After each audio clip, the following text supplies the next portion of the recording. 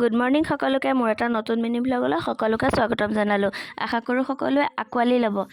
এয়া সুন্দৰকৈ ওলাই লৈছোঁ। মই পিছে নামঘৰলৈ যাবলৈ ওলাইছোঁ দেই। নামঘৰ মানে আঠখেলীয়া নামঘৰলৈ। ঘৰলৈ আহিলে প্ৰায়ে নামঘৰলৈ যোৱা হয়। কাপোৰযোৰ সুন্দৰকৈ পিন্ধি ল'লোঁ। কাপোৰযোৰ পিছে মোৰ নহয় দেই, মাৰহে। কেনেকুৱা লাগিছে জনাবচোন। ঘৰলৈ আহিলে প্ৰায় মাৰ কাপোৰেই পিন্ধা হয়। এয়া মই ৰেডি। ৰ'ব, গামোচাখন ল'বলৈ আছে। গামোচাখন কাণতে পেলাই ল'লোঁ। ভাল লগা নাই, কাষলৈ ল'লোঁ। এইবাৰ ক'ব দেই কেনেকুৱা লাগিছে। এইবাৰ আমি গ'লোঁ নামঘৰৰ দিশে। চাওকচোন, ৰাস্তাটো ইমান ধুনীয়া লাগিছে। সেউজীয়াবোৰৰ মাজত বহাগৰ আগমন যে, সেউজীয়াবোৰ এতিয়া সকলোৰে প্ৰিয় নে কি কয়। ঘৰৰ পৰা পিছে নামঘৰলৈ বেছি দূৰ নহয়, প্ৰায় 4-5 কিলোমিটাৰমান হয়।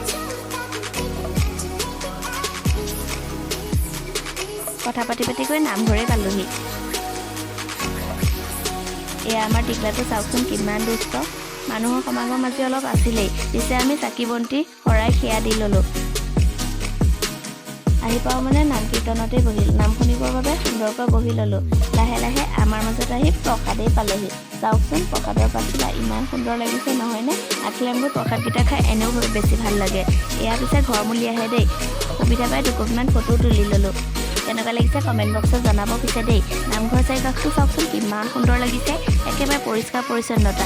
এতিয়া আমি ঘৰলৈ বুলি আগবাঢ়িলোঁ।